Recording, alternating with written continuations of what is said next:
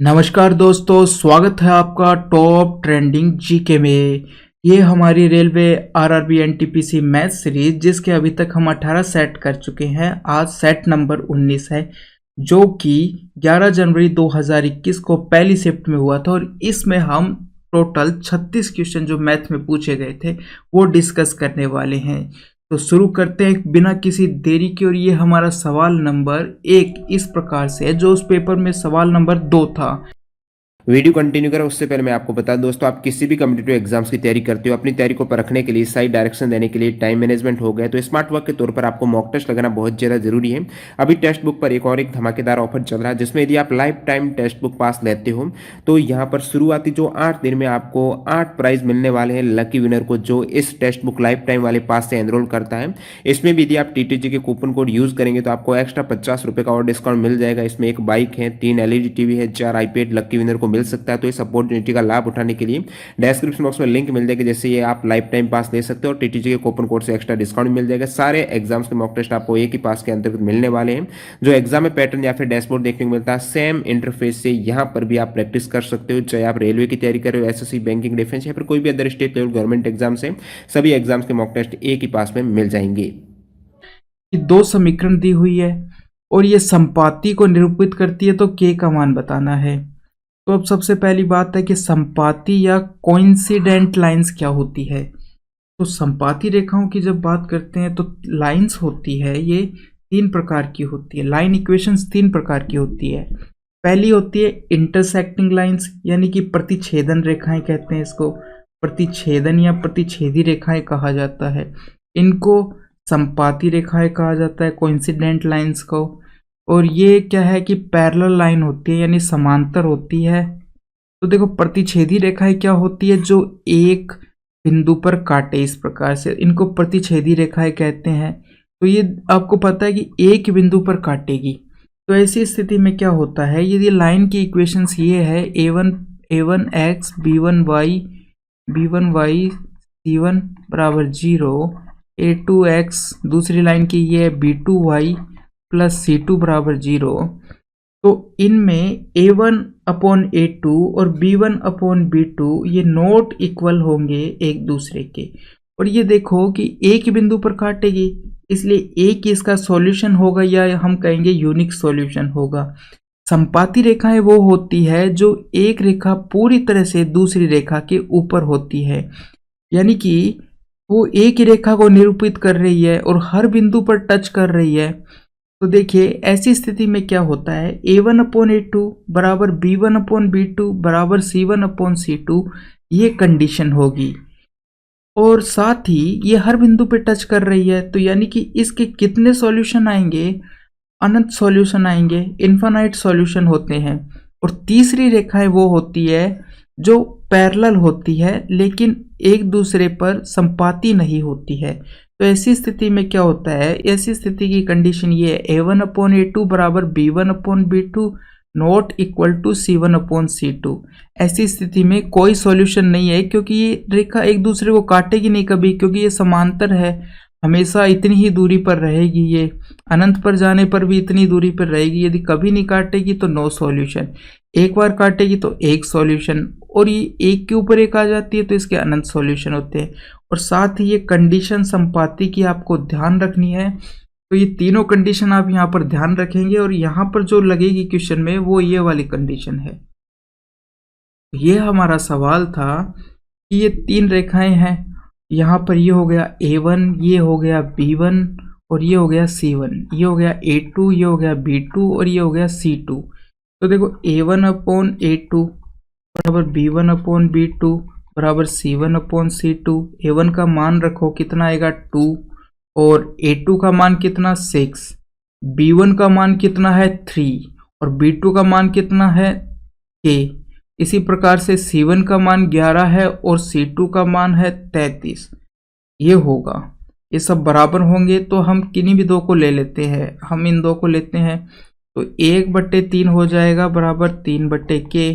और ये इससे k का मान आ चुका है आपका 9, इतना आ चुका है 9, जो कि ऑप्शन नंबर है 2। अब आइए आगे बढ़ते हैं। क्वेश्चन नंबर 4, यहाँ पर ये दिया है आपको, इनका क्या निकालना है, एचसीएफ निकालना है। तो जब भिन्न में एचसीएफ निकालते हैं तो हम क्या करते हैं कि जो ऊपर की संख्या है उनका तो एचसीएफ निकालेंगे और जो नीचे की संख्या है उनका एलसीएम। इनका तो निकालना है आपको एचसीएफ और इनका निकालना है एलसीएम, इस प्रकार से करेंगे। तो देखो इनका एचसीएफ क्या आएगा, जो सब में कॉमन है, दो कॉमन है, इसमें भी है, इसमें भी है, इसमें भी, इसमें और तो कोई कॉमन है नहीं, तो ऊपर तो 2 आ जाएगा। नीचे लेना है हमको एलसीएम, तो 3, इसके टुकड़े कितने होंगे, 3 का स्क्वायर, इनका 3 इंटू 5 आएगा और यहाँ करेंगे तो 3 इंटू 7 आएगा। तो 3 की सबसे ज़्यादा पावर कितनी है, 3 की पावर 2, बाकी 5 है, यहाँ एक ही पावर है उसकी सबसे ज़्यादा, और यहाँ 7 है एक बारी, तो 5 इंटू 7 ये हो गया इनका एलसीएम। तो 2 बट्टे, अब इसको मल्टीप्लाई करोगे आप, 3 का स्क्वायर 9 हो जाता है, 9 5 45 हो जाता है, और 45 को 7 से करोगे तो 315 आ जाएगा। तो ये आपको ऑप्शन नंबर 2 में दिखाई दे रहा है। क्वेश्चन नंबर 5, अजय, सुनील, कृष्ण और सुमित अच्छे दोस्त है। उन्होंने 15,000 प्रति माह के किराए पर एक घर लिया। अजय एक महीने में केवल 15 दिन इस घर में रहता है, बाकी के दिन वह अपने परिवार के साथ रहता है, यानी वो घर में 15 दिन रहा। कृष्णा और सुमित भी काम करते हैं और वो भी रह रहे हैं इसमें, किंतु उन्होंने साथ मिलकर अपने किराए के, तो उन्होंने 10,000 रुपये का साथ मिलकर भुगतान कर दिया। किसने, कृष्णा और सुमित ने। सुनील पूरा महीना इस घर में रहता है। कौन रहता है, सुनील। और अजय और सुनील उन दिनों की संख्या पर किराया भुगतान करते हैं जितने दिन वे इस घर में रहते हैं, उस हिसाब से वो भुगतान करते हैं। कौन, अन्य, अजय और सुनील।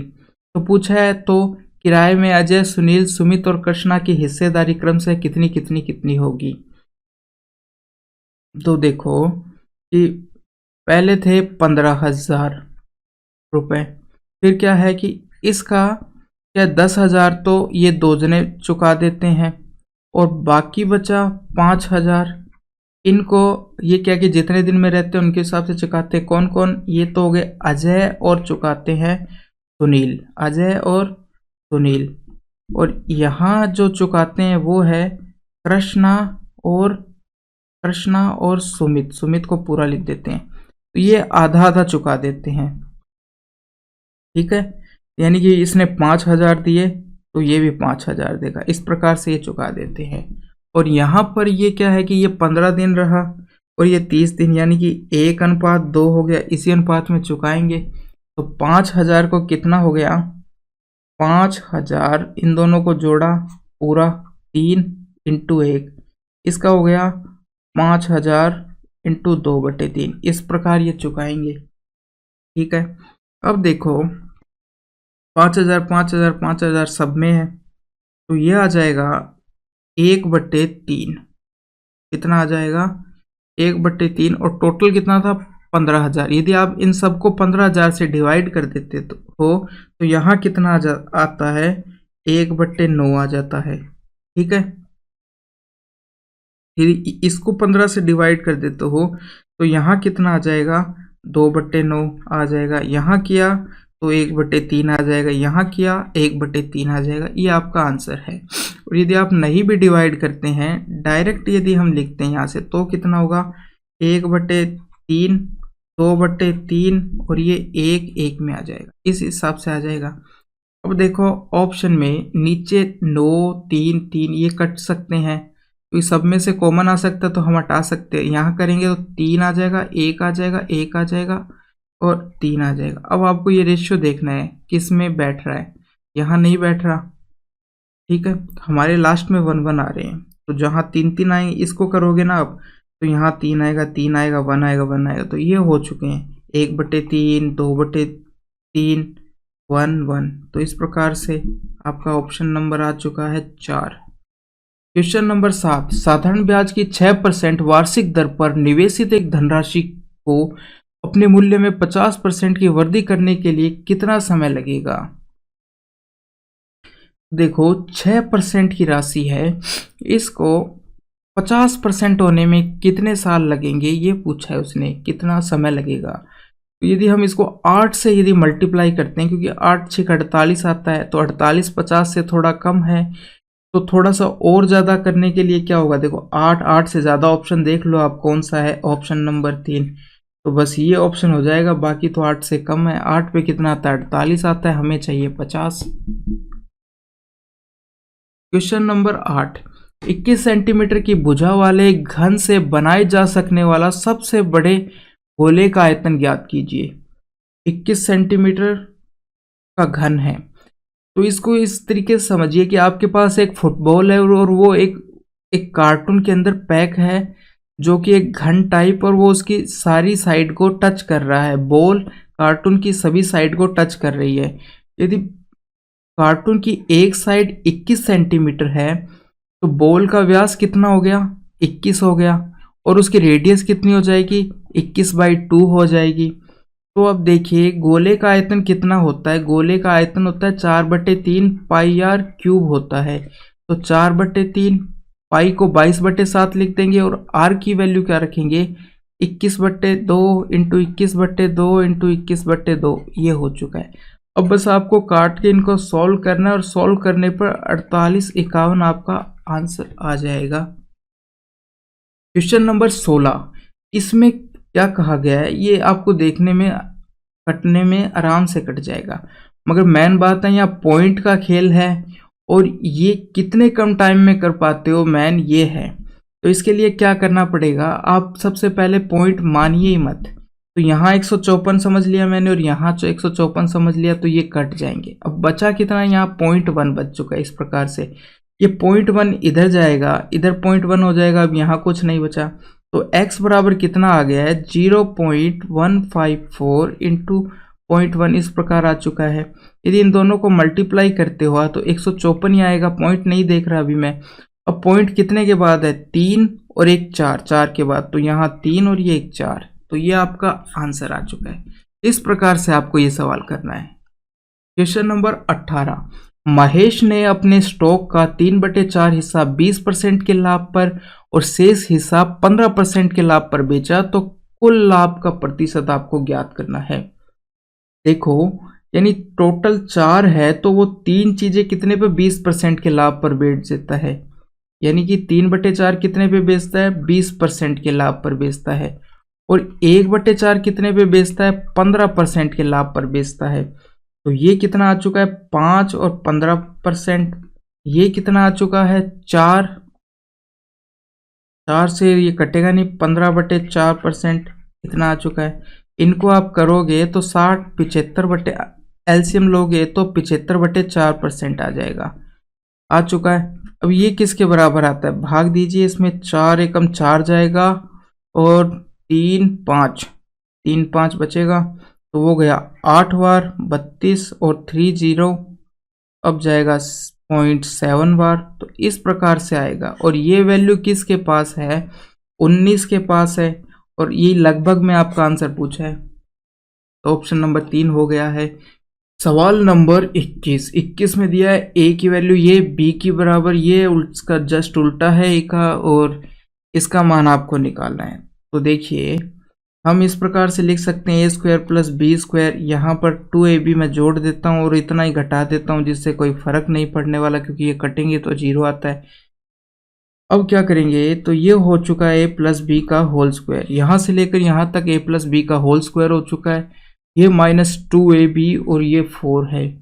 अब देखो यहाँ पर यदि हम मान निकालते हैं, तो सबसे पहले हम a + b का मान निकाल लेते हैं अलग से। तो a और b को हम यदि जोड़ते हैं तो कितना आएगा, √3 + 1 √3 - 1 प्लस √3 - 1 और √3 + 1, ये हो गया। इनका करोगे आप तो नीचे तो 3 - 1 हो जाएगा, और इधर ये जाके मल्टीप्लाई होगा, और इधर जाके ये, तो इधर हो जाएगा √3 + 1 का होल स्क्वायर, और इधर होगा √3 - 1 का होल स्क्वायर, इस प्रकार से हो जाएगा। अब जब आप इसको खोलोगे तो यहाँ आएगा 3 + 1 + 2 √3 आ जाएगा, और इधर खोलोगे तो 3 + 1 - 2 √3 आ जाएगा, और नीचे हो चुका है 2, ये वाली इससे घट के कट जाएगी, ये आया 4 और 4 8, 8/2 बराबर आ चुका है 4, तो इसका मान आ चुका है 4, ये हो चुका है 4 का स्क्वायर ए बी उल्टे पुल्टे हैं इसलिए ये कट जाएंगे, बचेगा केवल 2 और 4। देखो ये इससे कट जाएगा, इसको मल्टीप्लाई करें ये इससे कट जाएगा, इस प्रकार से ये मान आ जाएगा। तो 4 का स्क्वायर होता है 16 और ये -6, तो कितना है आंसर 10। इस प्रकार से आपको ये सवाल करना है। सवाल नंबर 22 और इसमें क्या कहा गया है, एक छोटी से छोटी पूर्णांक संख्या ज्ञात करें जिसे इसके अनुपात 5:6 की दोनों संख्याओं से घटाने पर प्राप्त अनुपात इतने से कम हो। कहने का मतलब है कि 5:6 में से क्या संख्या दोनों में से घटाएं कि वो संख्या का अनुपात इस 17:22 से कम हो। तो सबसे पहले इसके लिए हमें 17:22 का अनुपात देखना पड़ेगा कितना आता है। तो जब आप 17 का 22 का 17 में भाग देते हो तो भाग जाएगा नहीं, पॉइंट आएगा 170 और 170 कितनी बार में जाएगा। यदि हम 8 से करते हैं तो 176 आता है, तो 7 बार जाएगा, 7 बार 154 जाएगा, 154 गया, फिर 6 और 1, 154 1 गया तो 1 आ गया, 160 आ गया फिर से, तो लगभग 0.77 के आसपास आएगा। अब जब हम देखो 5/6 में से ऐसे क्या घटाया जाए कि इससे कम आना चाहिए और छोटी से छोटी संख्या क्या घटाई जाए। तो हमारे पास जो संख्या है वो ये है, सबसे छोटी संख्या 2 है। जब आप इसमें से 2 घटाते हो ऊपर भी और नीचे भी तो कितना आता है 3 आ गया, यहाँ कितना आता है 4 आ गया। ये कितने के बराबर होता है, लगभग 0.75 के बराबर होता है। और ये क्या है जस्ट इससे कम है और हमें क्या है सबसे छोटा ही घटाना है, इसलिए हम ये ले लेंगे। बाकियों को घटाने भी इससे कम आएगा लेकिन ये घटाने पर सबसे कम सब उसने कहा है कि वह छोटी से छोटी पूर्णांक संख्या, तो छोटी से छोटी पूर्णांक संख्या 2 ही होगी इन बाकी सब में यदि हम देखे जाए। तो इसलिए 75 हो चुका है हमारा, ये यानी ऑप्शन नंबर 2 हो चुका है। दूसरा आप किस तरीके से कर सकते हो कि 5/6 है, ऊपर नीचे मैंने x घटाया और क्या आना चाहिए कम या बराबर आ सकता है किससे 17/22 से, ये हो सकता है। अब 22 को इधर आप मल्टीप्लाई करोगे तो 110 हो जाएगा, ये 22x हो जाएगा और ये 17 को 6 से करोगे तो कितना आएगा 17 ठीक है 102 और 17x ये हो जाएगा। अब इसको यदि मैं 102 को उधर ले जाता हूँ तो कितना आ जाता है 108 माइनस 22x और छोटा इक्वल टू का साइन है और लेस देन इक्वल टू का साइन है। 102 ये उधर चला गया और इसको हम इधर ले आते हैं, तो इधर लाए तो 22 में से 17 जाएगा तो 5 बच जाएगा और इधर केवल 8 बचेगा। पूरा वापस लिखते हैं, क्या था कि घटाओगे तो 8 आ जाएगा, 8 less than and equal to है 5x से, ये हो जाएगा। तो x किससे 8/5 से बड़ा होगा, x किससे बड़ा होगा 8/5 से, और 8/5 कितना आता है लगभग ये 1 और 2 के बीच में आएगा। तो आपको ऐसे देखना है कि जो 1 और 2 के बीच में आए, ठीक, तो इससे बड़ा होना चाहिए ठीक है, इससे बड़ा कोई भी होगा नंबर वो चलेगा। तो 1 और 2 के बीच में आएगा ये, तो 8/5, क्योंकि यदि 5 होता ऊपर तो 1 आ जाता और 10 होता तो 2 आ जाता, तो ये इनके बीच में है। तो इससे जस्ट बड़ा कौन सा है 2, तो सबसे छोटा पूर्णांक 2 ही होगा, वो हमारा क्या है कि इसका आंसर होगा, क्योंकि उससे बड़ा चाहिए। बड़े में तो 2 भी आ सकता है, 3 भी आ सकता है, 4 भी आ सकता है, 5 ये सभी आ सकते हैं, लेकिन सबसे छोटा बोला है ना इसलिए ये 2 आ जाएगा। तो एक आप इस प्रकार से कर सकते हो और एक इस प्रकार से कर सकते हो। और ये दोस्तों मेरे को बताना कि आपको ये सवाल समझ में आया है या नहीं आया है। क्वेश्चन नंबर 25, 3 महीनों के लिए 16% की वार्षिक दर पर 12,000 की धनराशि पर मिलने वाला चक्रवृद्धि ब्याज की गणना कीजिए। ब्याज की गणना त्रैमासिक चक्रवृद्धि आधार पर की जानी चाहिए। 3 महीने का ब्याज निकालना है हमको और वार्षिक दर दी है 16% और गणना करनी है त्रैमासिक। यानी कि क्या होता है कि त्रैमासिक तीन तीन महीने एक साल में कितने होते हैं? 3 3 3 4 महीने हो जाते हैं। 3 3 महीने के 4 पीरियड हो जाएंगे। तो दर कितनी हो जाएगी? पर के लिए 4 हो जाएगी, 4%। इसके लिए भी 4%, इसके लिए भी 4%, इसके लिए भी 4%। तो हम ये भी तो कह सकते हैं कि 16% से यदि त्रैमासिक गणना करनी है तो दर तो हो जाएगी 4 से भाग दे दो, क्योंकि त्रैमासिक कितने होते हैं एक साल में? 4 होते हैं, तो 4 से भाग दे दिया तो दर तो हो गई 4%, इसकी चौथाई। और टाइम हो जाएगा 4 गुना।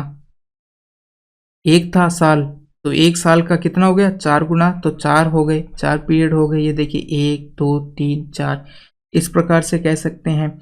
तो अब हमें निकालना है केवल 3 महीने का। तो 3 महीने के लिए स्टार्टिंग के लिए क्या है? 4%। तो हम निकालते हैं पहले 12,000 का। पहले पीरियड में या पहले साल की जब हम बात करते हैं तो उसके लिए साधारण ब्याज और चक्रवृद्धि ब्याज दोनों बराबर होते हैं। तो 4% इसका निकाल दो आप, वही आपका आंसर होगा, 480 आएगा। Option number 4। क्वेश्चन नंबर 26, निम्नलिखित वितरण का माध्य ज्ञात करना है। तो इसका माध्य क्या होगा? माध्य का फॉर्मूला होगा सिग्मा एक्स एफ, यानी एक्स को एफ से मल्टीप्लाई करना है और फिर सबको जोड़ना है बटे एफ, ये करना है हमको। एफ क्या है आपकी? यहाँ पर फ्रीक्वेंसी है, ये एफ फ्रीक्वेंसी दे रखी है कि 5 नंबर जो श्रेणी में 4 बार आया हुआ है, इस प्रकार से। अब इनको आप मल्टीप्लाई, सबसे पहले हमको क्या करना पड़ेगा? F x, sigma F x निकालना पड़ेगा। सिग्मा एफ एक्स क्या होगा? इसको इससे मल्टीप्लाई करो। 5 को 4 से किया तो 20, 6 को 8 से किया तो 48, 14 को 7 से किया तो 98, और 8 को 11 से किया तो 88, ये आ गया 27। इन सब को आप जोड़ोगे तो 281 आ जाएगा। दूसरा f का मान इन सब को जोड़कर निकालना है आपको, वो कितना आ जाएगा? 40 आ जाएगा। तो अब सिग्मा f है, वो सिग्मा f। तो अब हमारा मान इस फॉर्मूले में रखते हैं हम, तो कितना होगा? 281 बट्टे 40। अब आप 4 से यदि इसको काटोगे तो 7 बार जाएगा। फिर भाग टूट चुका है तो कितना आ जाएगा? भाग टूट चुका है तो इसकी आ जाएगी भाग 1 बचा, और यह आ जाएगा 0 भाग, क्योंकि टूट चुका है। अब भी भाग नहीं जा रहा, एक ही है, तो पॉइंट लग जाएगा 10 में जाएगा 2 बार, फिर 5 बार, इतना जाएगा, और नीचे बच गया है 10। एक 0 बची थी ना, इसलिए 10 बच चुका है। अब ये नीचे 0 है तो पॉइंट एक स्थान खसक जाएगा, 0 2, ये, तो ये आपका आंसर आ जाएगा। क्वेश्चन नंबर 28, 1/4, इनको करोगे तो 1/20, इनको करोगे तो 1/120, इन सब का एलसीएम लोगे तो 120, 4 का इसमें भाग दोगे तो कितना आएगा? 30, इसमें दोगे तो 6, और इसमें दोगे तो 1, ये आ चुका है 37/120। तो अब 12 का इसमें यदि आप भाग दोगे तो 3 बार जाएगा, 36, 1 बचेगा। अब 1 बचेगा तो हम 0 उतारते हैं तो पॉइंट लग जाएगा, फिर भी भाग नहीं जा रहा, 1 0 और आएगी तो ये 8 बार जाएगा। नीचे 10 है क्योंकि पॉइंट था, 0 था, इसलिए 10 है, तो ये आ चुका है 0.308। तो ये 0.308 सबसे पास किसके हैं? तो 0.31 के सबसे पास में, क्योंकि 0.30 किसके पास में? 0.38, तो हम इसको 0.31 भी तो लिख सकते हैं। तो ये ऑप्शन नंबर 4 हो चुका है हमारा। क्वेश्चन नंबर 30, धातु के घनाभ की भुजाएं ये दे रखी है और घनाभ को पिघलाकर घन बनाया गया और घन का पृष्ठीय क्षेत्रफल बताना है। तो जब अभी हम पिघलाकर कोई चीज करते हैं तो हम आयतन की बात करते हैं। तो घनाभ का आयतन कितना होगा? घनाभ का आयतन कितना होता है? लंबाई इंटू चौड़ाई इंटू ऊंचाई होता है। लंबाई 50 दे रखी है, चौड़ाई 40 दे रखी है और ऊंचाई 32 दे रखी है। इन सबको आप मल्टीप्लाई करोगे तो 64,000 ये आ जाएगी। अब यही आयतन घन का है, वो कह रहा है कि घन और घनाभ का बराबर है क्योंकि पिघलाकर बनाया गया। घन का आयतन क्या होता है, भुजा क्यूब होता है, क्योंकि उसमें लंबाई भी सेम होती है, चौड़ाई भी सेम होती है, ऊंचाई भी सेम होती है। तो भुजा इंटू भुजा इंटू भुजा, तो भुजा क्यूब हो चुका है जो इसके बराबर हो जाएगा। तो भुजा कितना हो जाएगा, इसका क्यूब रूट हो जाएगा, क्यूब रूट हो जाएगा। तो 64 का क्यूब रूट कितना आता है, 4 आता है, और 000 से एक जीरो आ जाएगी। तो भुजा बराबर 40 आ चुकी है। अब आपको पृष्ठीय क्षेत्रफल पूछा है, तो घन का पृष्ठीय क्षेत्रफल कितना होता है, घन का पृष्ठीय क्षेत्रफल होता है 6 भुजा स्क्वायर, 6 भुजा स्क्वायर। तो 6 इंटू 40 इंटू 40 कितना हो जाएगा, 1600। जब इसको मल्टीप्लाई करोगे आप 9600। Option number 4। क्वेश्चन नंबर 31, इसमें एक त्रिभुज दिया है ABC, और ये जो DE है ये BC के समांतर है। AD आपको 3 दी है और DB 5 दी है। AC कितना दिया है, 5.6, तो AE पूछा है। तो सबसे पहले तो ये इसके समांतर है, तो ये समांतर और ये एक तिर्यक रेखा काट रही है इन दो समांतर रेखाओं को, तो हम कह सकते हैं ये कोण इस कोण के बराबर, और ये वाला कोण है जो इस कोण के बराबर, और ये कोण है। तो ये जो छोटा वाला त्रिभुज, इसका सभी कोण इस बड़े वाले त्रिभुज के कोणों के बराबर हो जाएंगे। तो ये क्या हो चुका है, संगत कोण, यानी इस छोटे वाले त्रिभुज के सभी संगत कोण बड़े वाले त्रिभुज के सभी संगत कोणों के बराबर है। तो ये दोनों त्रिभुज एक दूसरे के समरूप त्रिभुज हो जाएंगे। तो हम कह सकते हैं जब ये त्रिभुज समरूप है तो AD बटे समान भुजाएं AB दूसरे वाले त्रिभुज की AB इसी प्रकार बराबर होगी AE बटे AC के, और यही बराबर होगी DE बटे BC के। इस प्रकार से होगा, ठीक है। तो ये अनुपात बराबर होगा। अब AD कितना दे रखा है आपको, AD दे रखा है 3, और AB कितना होगा, EB यदि आपको 5 दे रखा है, AD 3 दे रखा है, तो पूरी 8 हो जाएगी, 8 हो जाएगी। आपको पूछा क्या है, AC पूछा है, AC तो दे रखा है आपको, AE पूछा है। तो हम पहले 2 ले रहे हैं, और AC का मान कितना है, 5.6 दे रखा है आपको, ये दे रखा है। अब आप इसको सॉल्व करोगे, तो हम इसको सॉल्व करते हैं तो AE बराबर आपको मिलेगा 3 इंटू 5.6 बटे 8, इस प्रकार से आ जाएगा। 8 से 56 जाता है 7 बार, 0.7 हो जाएगा, 21 होता है, और 1 के बाद पॉइंट लगा दो, 2.1 आपका आंसर आ चुका है। क्वेश्चन नंबर 32, दिए गए विकल्पों में से उसका चयन कीजिए। दिए गए विकल्पों में से उस संख्या को ज्ञात कीजिए जो इसका पूर्ण रूप से विभाजित करे, यानी इसको विभाजित कौन सी संख्या करेगी वो पूछा है। तो देखो इसमें को मैं इस प्रकार से लिख सकता हूँ, 3 की पावर 61 प्लस 3 की पावर 61.3 प्लस 3 की पावर 61, 3 की पावर 61, क्योंकि ये क्या है, पावर में 2 जुड़ी हुई है। यहाँ पर इसी प्रकार से हम बात करें तो पावर में 1 जुड़ी हुई है। इस प्रकार से हम लिख सकते हैं 61.3।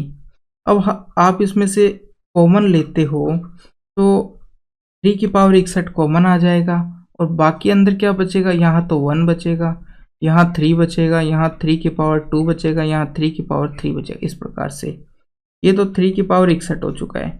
ये 1 प्लस 3 प्लस 9 प्लस 27 ये हो जाएगा।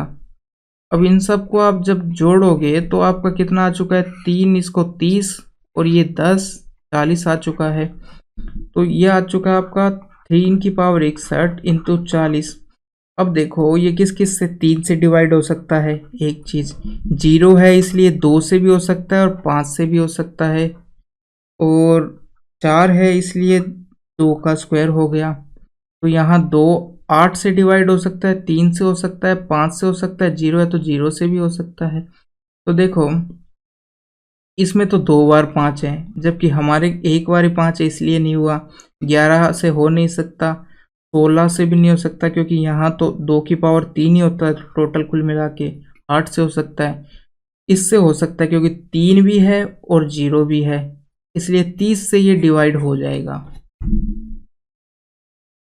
क्वेश्चन नंबर 34, यदि कोई छात्र किसी संख्या को 4/3 के बजाय 3/4 से गुणा कर देता है तो गणना करनी है त्रुटि परसेंटेज। तो सबसे पहले तो इस भिन्न को हम सिंपल संख्या में कैसे चेंज करते हैं वो देखो आप। कि मैं जो नीचे दोनों दिए गए हैं उनका एलसीएम ले लूंगा, कितना आएगा 12 आ गया, ठीक है। अब जब इसको 4/3 से आप मल्टीप्लाई करोगे तो 16 आएगा और 3/4 से मल्टीप्लाई करोगे तो 9 आ जाएगा। यानी पहली संख्या हमारी 16 हो गई और दूसरी संख्या 9 हो गई। दोनों का अंतर कितना है, 7 है। और किसके रिस्पेक्ट में देखेंगे, जो सही था उसके रिस्पेक्ट में देखेंगे तो कितना है, 16 है। 16 इंटू 100, जब इसको आप सॉल्व करोगे तो कितना आएगा 7, और 16 को 100 से डिवाइड करते हैं तो ये इतना आ जाता है सही 1/4। अब इसको आप ये मल्टीप्लाई करते हो, इतना परसेंट बोलेंगे इसको, 7/42 आता है। और इसको करोगे तो 7/4, और 7/4 को क्या लिख सकते हैं हम, 7/4 का मतलब एक बार गया और 0.75, इतना आ गया, इतना आ गया टोटल 42। तो ये हो गया है 43.75, और ये 43.75 हमें लगभग पूछा है तो किसके पास में है, 44 के सबसे पास में है। तो हम कह सकते हैं कि ये 44% के बराबर है। क्वेश्चन नंबर 35, एक नदी पर बनाए गए पुल नदी तट के से कितने का कोण बना रहा है, ये 45 का कोण बना रहा है। और ये नदी की चौड़ाई है जो कि हमें ज्ञात करनी है। यदि ये कोण 45 का है तो ये कोण भी 45 का होगा, क्योंकि ये कोण तो 90 का है, 45। तो जब कोण 45 होते हैं तो क्या होते हैं भुजाओं के रेशियो, ये 1 में होगी, ये 1 में होगी, और कर्ण √2 में होगा। तो √2 की वैल्यू आपको 150 दे रखी है और 1 की वैल्यू पूछी है, तो 150/√2। अब हम कभी भी नीचे √ नहीं रखते हैं तो इसलिए √2 से ऊपर नीचे मल्टीप्लाई कर दिया। तो ऊपर तो क्या बचा 150/√2, नीचे 2 बचा, 2 से कटेगा तो 75/√2। ये आपका ऑप्शन आएगा 1। क्वेश्चन नंबर 39, एक संख्या में जब 5 से विभाजित की जाती है तो शेष 3 बचता है। तो जो ऑपरेशन हम संख्या में यूज करते हैं वो इस शेषफल में भी लगा सकते हैं। तो उसने कहा कि जब 5 से विभाजित किया जाता है तो शेषफल 3 बचता है, ठीक है। तो हमारा शेषफल 3 है, इसका वर्ग कर दो तो इसका वर्ग 9 हो गया। इसको 5 से डिवाइड करने पर कितना शेषफल बचेगा, 4 बचेगा। ये ऑप्शन 2 हो चुका है, इस प्रकार से कर सकते हो। और यदि आप पूरा करना चाहते हो तो वो संख्या हो जाएगी 5x और 3 बचता है, तो ये हो चुका है। इसका आपको करना है स्क्वायर, तो स्क्वायर करने पर कितना आएगा, 25x² आ जाएगा। दूसरा आएगा 2 × 2 × 5 × 3, 2 × 5x × 3, तीसरा 9 आ जाएगा। जब इसको आप 5 से डिवाइड करोगे तो ये भी 5 से होगा, ये भी 5 से डिवाइड होगा और ये भी होगा। तो ये तो कट जाएगा 5 से 5 बार, और ये भी 5 से 5 कट जाएगा। अब ये कटता नहीं है तो इसका यदि आप भाग देते हो तो कितना बचेगा, 4। तो ये हमारा 4 शेषफल हो चुका है। क्वेश्चन नंबर 53, यदि दो संख्याओं का योग 17 है, उनके वर्गों का योग इतना है, तो संख्या ज्ञात करना है। सबसे इजी तरीका या फास्ट तरीका है, आप ऑप्शन को लेके चलो। 5 और 12 पहला ऑप्शन लिया, ठीक है। इनके वर्गों का योग करो। पहले तो देख लो कि योग करने पे 17 आ रहा है क्या, दोनों जोड़ने पे 17 आ रहा है। अब इनका स्क्वायर करो, ये 25 और ये 144 होते हैं। इसके लिए आपकी स्क्वायर कमांड अच्छी होनी चाहिए। ये 25 होता है 5 का, 12 का 144 होता है, तो ये दोनों को जोड़ के 145 आ रहा है और यहाँ 144 एक को ही आ रहा है, तो दोनों को जोड़ने पे तो ज़्यादा आएगा। ये ऑप्शन तो होगा नहीं। दूसरे को यदि आप करते हो तो ये 64 आएगा और ये 81 आएगा। इन दोनों को जोड़ोगे तो 145 आ जाएगा। तो ये हमारा ऑप्शन इस प्रकार से हो जाता है। इसको करोगे तो 110 और इसको 110 और 49, तो 149 हो जाएगा। इसको करोगे तो 121 और 36, 121 और 36 इनको करोगे तो 7, इस प्रकार से 157 आएगा। तो ऑप्शन नंबर 2 हो चुका है। इस तरीके से आप जल्दी से निकाल सकते हो। और यदि आप करना चाहो तो हम किस प्रकार से कर सकते हैं कि दो संख्याओं का योग 17 है, यानी कि दो संख्या a प्लस बी है, उनका योग 17 है और उनके वर्गों का योग इतना है। तो आप क्या पता है आपको, a प्लस बी का होल स्क्वायर होता है a square plus B square plus 2ab, ये होता है। तो a प्लस बी का होल स्क्वायर कितना हो जाएगा, 17 का स्क्वायर 289 और a square plus B square कितना है, 145 है प्लस 2ab है।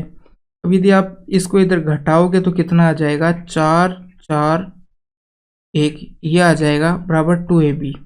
तो ए बी बराबर कितना आ जाएगा, 72 आ जाएगा। अब 72 a इंटू बी है, तो इनमें से संख्या उठा लो। 5 को यदि 12 से करोगे आप मल्टीप्लाई तो 60 आता है, 8 को 9 से करोगे तो 72 आता है, यहाँ 70 आएगा, यहाँ 66 आएगा। तो ऑप्शन नंबर 2 इस प्रकार से भी कर सकते हो।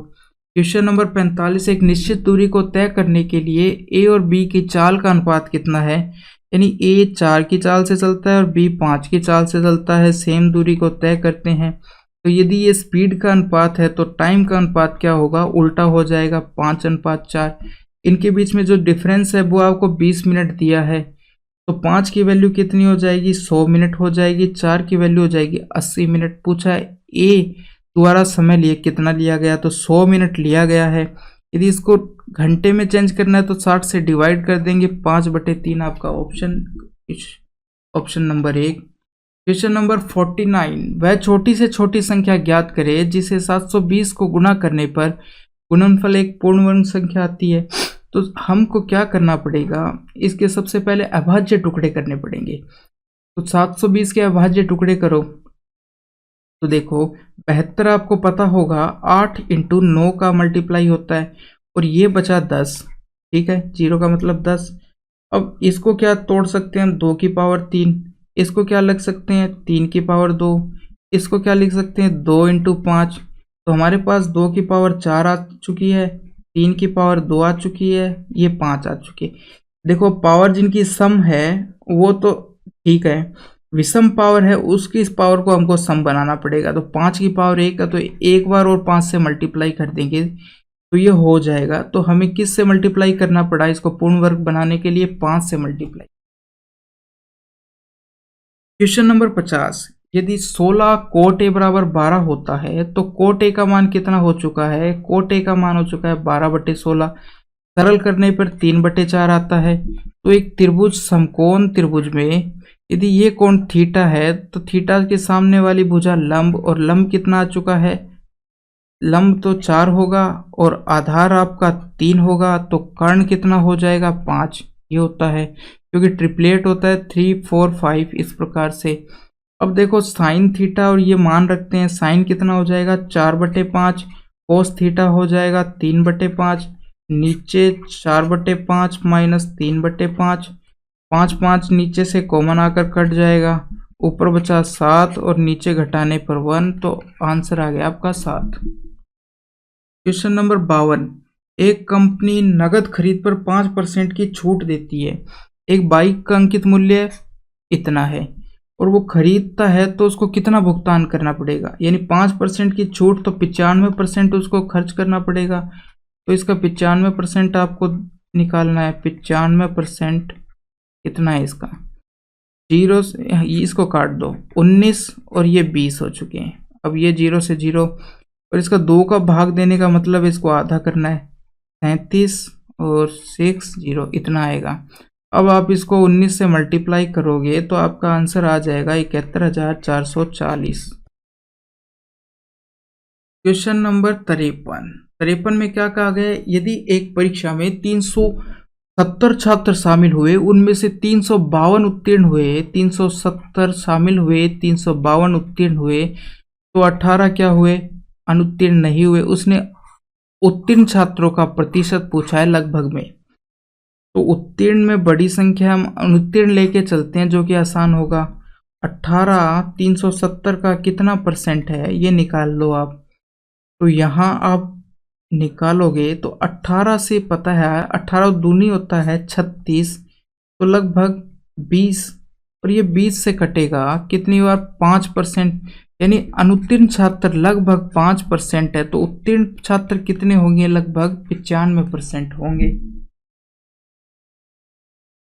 क्वेश्चन नंबर 54 में क्या है, P का मान बताना है और माध्य FQR आपको दे दिया गया है। तो हमने पहले भी किया था, माध्य बराबर क्या था, सबको जोड़ो fx और ये सिग्मा f ये होता है। तो हमको सबसे पहले सिग्मा fx निकालना पड़ेगा, इसके लिए आपको इनको मल्टीप्लाई करना पड़ेगा। ये आ गया 10, ये आ गया 40 और ये आ गया 80 और इसको करोगे 24 264, इसको करोगे तो 7p आ जाएगा, यहाँ आएगा 80 और यहाँ आएगा 50।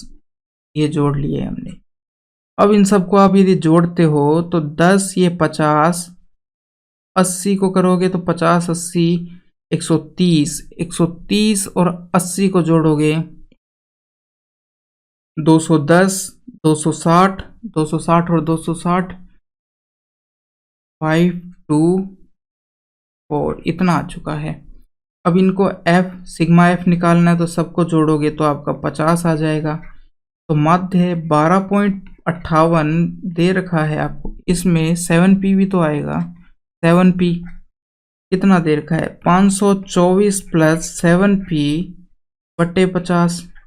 50 को यदि मैं उधर ले जाता हूँ तो ये 50 इससे मल्टीप्लाई होगा, तो कितना आएगा, 50 इससे यदि मल्टीप्लाई होगा, ऐसे कर देते हैं 58 इंटू 50, यहाँ से दशमलव उठाई तो नीचे 100 आ जाएगा, 1 से कटा 2 बार और 2 से इसको यदि आप सरल करते हो तो 629 आ जाएगा। इधर 524 दे रखा है आपको प्लस 7p।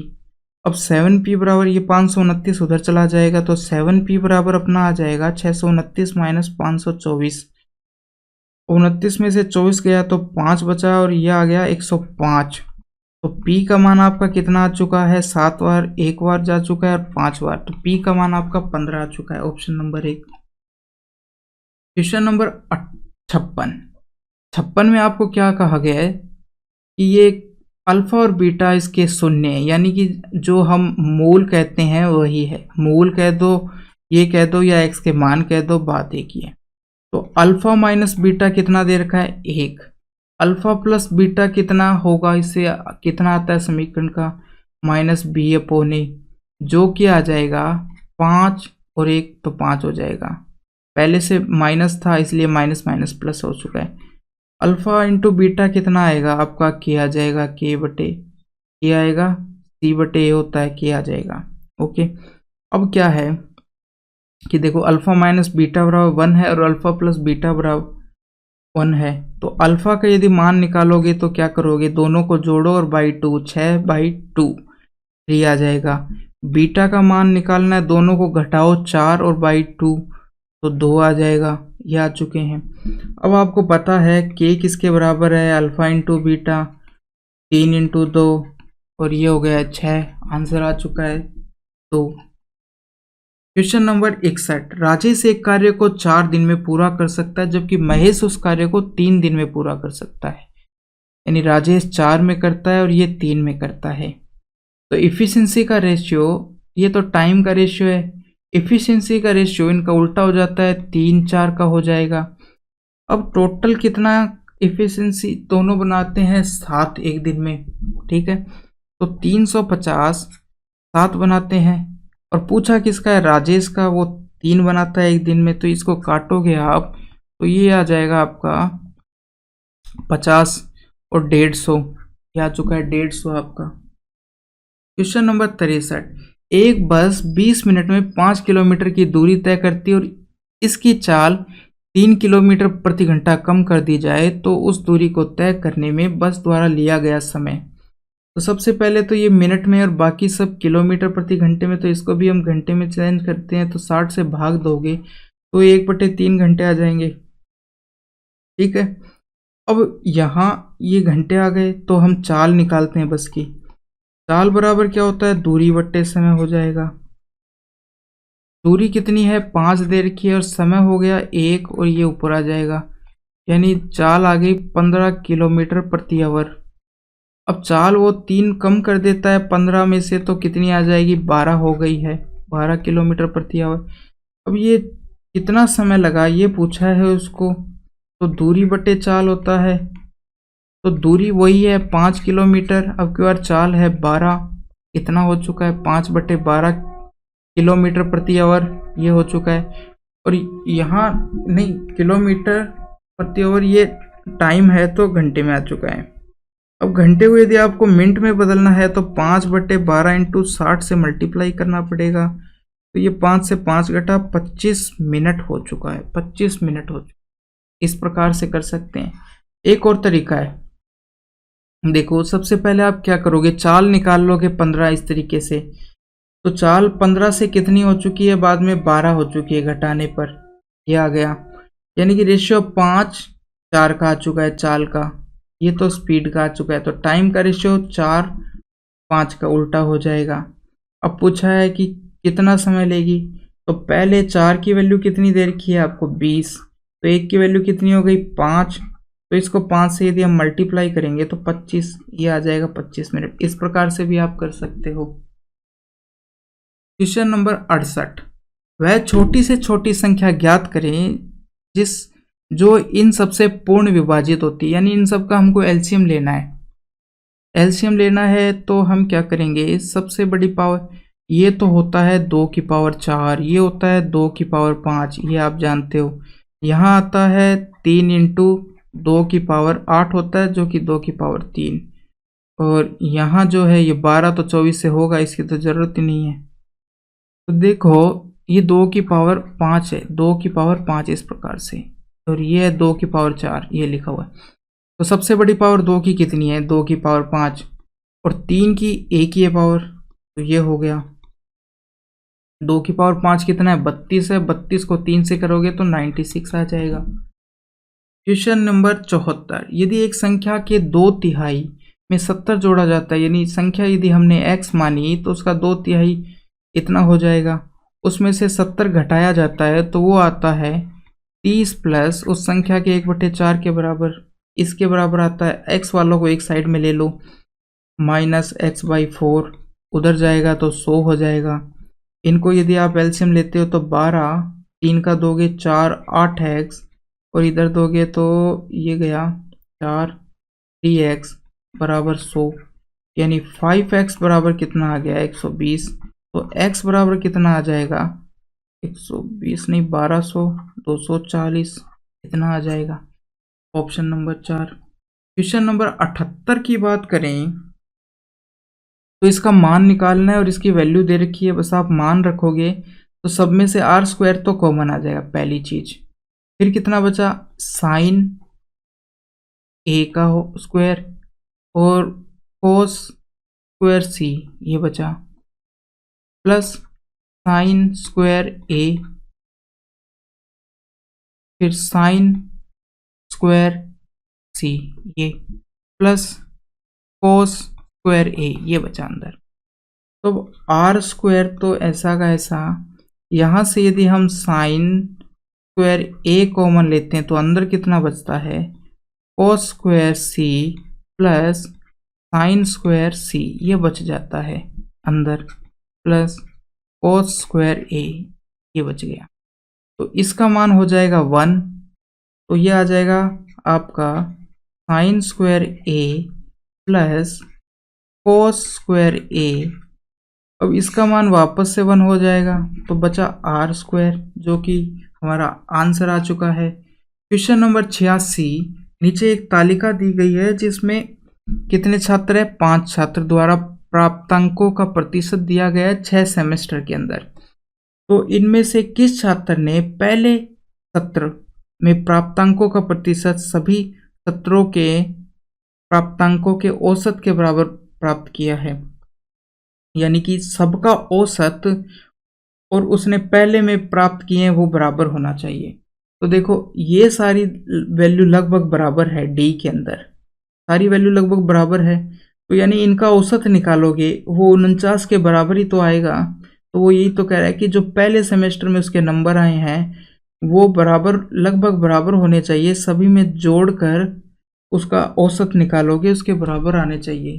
तो हमारा ऑप्शन आ जाएगा डी किस में है, ऑप्शन नंबर 4 के अंदर। क्वेश्चन नंबर 87 में क्या कहा पूछा है, 6 सत्रों के लिए ए और ई के कुल प्राप्तांक प्रतिशत का लगभग परिपूर्ण अंतर यानी एब्सोल्यूट डिफरेंस पूछा है आपसे between overall percentage of A and E for 6 semester.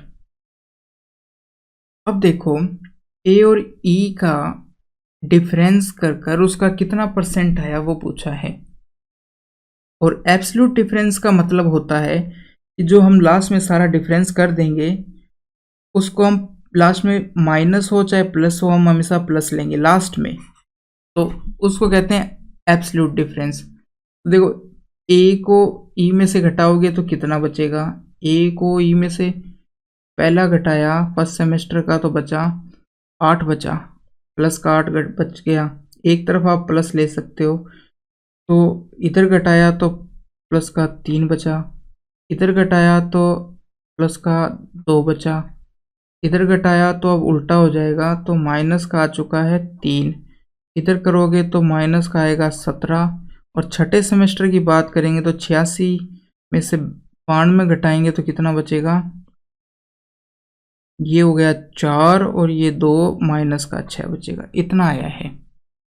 अब इन सब को यदि आप जोड़ते हो तो ये आ चुका है 11, 11 और 13, और ये तो हो चुके हैं प्लस के 13, इनको जोड़ोगे तो 3, 20, 26, माइनस के हो गए 26, तो आ चुका है माइनस का 13, माइनस का 13 आ चुका है। एब्सोल्यूट डिफरेंस तो ये माइनस का हम नहीं लेंगे, हम अभी क्या करेंगे इसको 13 ही लेंगे, तो हमने ले लिए 13, तो हमारा क्या आ चुका है 13 आ चुका है परसेंटेज सबका मिलाकर। अब क्या पूछा है उसने, ओवरऑल परसेंटेज पूछा है, तो ओवरऑल परसेंटेज की बात करते हैं कि ये क्या होता है। तो देखो जैसे आपके 3 विषय हैं, सब में उसने 100% 100 नंबर के सब्जेक्ट हैं, ठीक है, तो हर सब्जेक्ट का परसेंटेज कितना होगा, 100% ही होगा। और पहले सब्जेक्ट में उसने यदि 80 नंबर लाया है, दूसरे में भी 80 नंबर लाया और तीसरे में 50, तो इसका कितने परसेंट लाया, 80%, 80%, 50%, ये हो गया। अब यदि तीनों का ओवरऑल की बात करते हैं तो कितने नंबर हो गए, 300, और ये 300 किसके बराबर कहते हैं हम, 100% की यदि ओवरऑल की बात करें, तो ओवरऑल वो कितने परसेंट लाया, तीनों को यदि आप जोड़ोगे तो 160 प्लस 50 210, 210 को आपको 3 से भाग देना पड़ेगा क्योंकि 3 विषय थे, 3 से भाग दे दिया, टोटल जोड़ा 210 है और इसको 3 से भाग दे दिया तो कितना आया, 80%, 80% और 50% को जोड़ा 210%, तीनों का जोड़कर उसको 3 से भाग दे दिया तो यह आ गया 70, तो ओवरऑल 70% आए। तो ओवरऑल निकालने के लिए मैंने क्या किया, तीनों को जोड़कर 3 से भाग दे दिया, यहाँ पर भी ऊपर भी कुल प्राप्तांक के लिए भी ये किया, 300 थे, 3 से भाग दे दिया, 100 आ गया, तो यहाँ पर भी हम यही करेंगे। तो ये हमारा जो परसेंटेज आया है वो सबके परसेंटेज जुड़े हुए हैं। अभी ओवरऑल की बात किया तो 6 है सेमेस्टर, तो 6 से आप यदि भाग दे देते हो तो कितना, ये लगभग 6 दूनी 12 तो 2 के पास आएगा, तो 2% उसने लगभग पूछा है, जो कि हमारा ऑप्शन नंबर हो चुका है 3। तो ये इस प्रकार से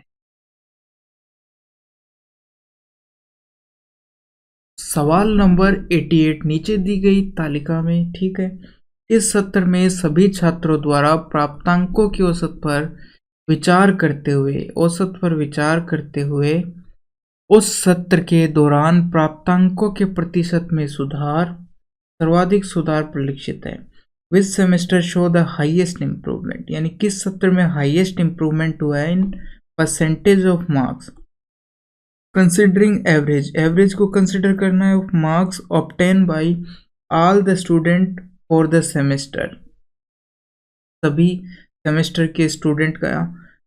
देखो इसमें क्या करना है कि सभी स्टूडेंट का एवरेज ले लो और वो एवरेज मार्क्स किस सेमेस्टर में यानी उसने हाईएस्ट इम्प्रूवमेंट किया है पिछले सेमेस्टर की तुलना में। उसमें इस सवाल में थोड़ा सा लैंग्वेज गड़बड़ है, इसमें इसको बोलना चाहिए था पिछले सेमेस्टर की तुलना में।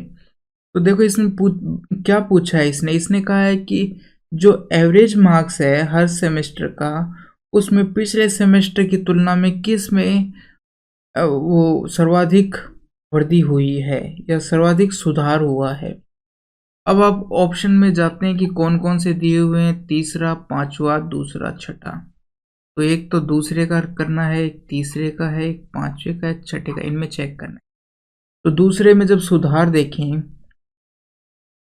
तो देखो आप इसका एवरेज निकालो और इसका एवरेज निकालो और घटाओ, या फिर घटा के फिर एवरेज निकाल दो, बात एक ही है। तो हम देखो सबसे घटाते हैं इसको, यदि इसमें से घटाओगे तो कितना आएगा, सेकंड सेमेस्टर के लिए घटाते हैं तो आता है,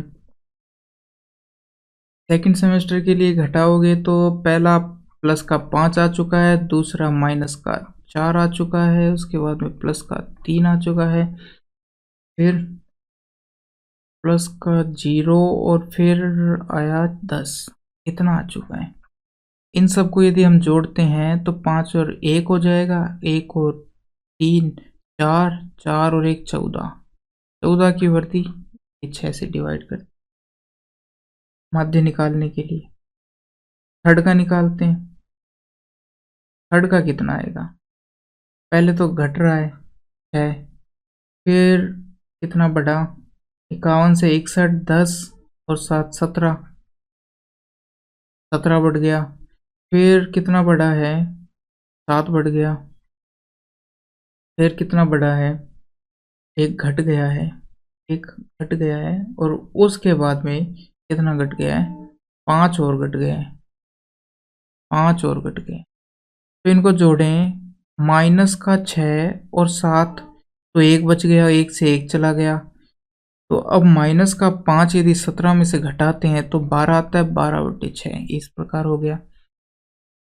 अब पूछा है फिफ्थ का निकालते हैं, फिफ्थ सेमेस्टर का निकालोगे तो आप कितना आएगा, पिछले की तुलना में -6, और ये हो चुका है 53 से 63 और 73, 19 बढ़ चुका है।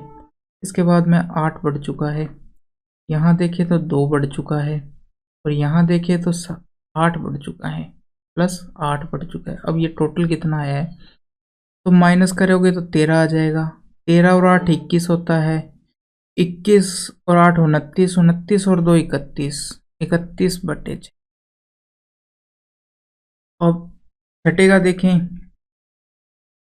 तो देखो 86 में 72 में से 86 घटाओगे, ये आ जाएगा 72, 82, 10 और 4 14, ये 14 आ चुका है।